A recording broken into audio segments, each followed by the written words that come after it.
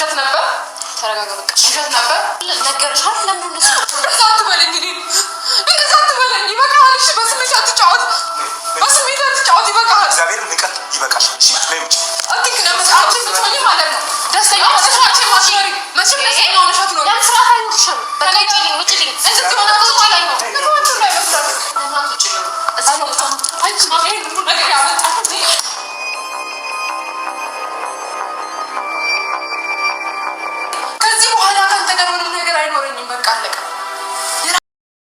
የተፈጠረው ነገር እጅግ በጣም ያሳዝናል። ውድ ቤተሰቦቼ የናቲ ፍቅረኛ የበፊቷና ሄሉ ተደባድበዋል።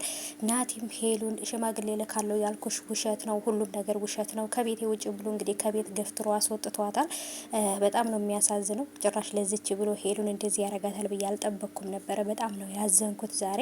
ምክንያቱም ነገሮቹን ለማስተባበል ይሞክራል እንጂ እንደዚህ ያረጋል ብዬ አላሰብኩም። ጭራሽ ከልጅቷ ጋር ቁጭ ብሎ ፊልም እያየ ነበር። የፍቅር ጥያቄውን ወርቃ ሁሉ ነገር ተቀብሎ በቃ የራሱን ህይወት እየኖረ ነው ማለት ነው። እንዴት ነው ይሄ ነገር የሚሆነው? በጭራሽ የሄሉ ልብ መስበር የለበትም።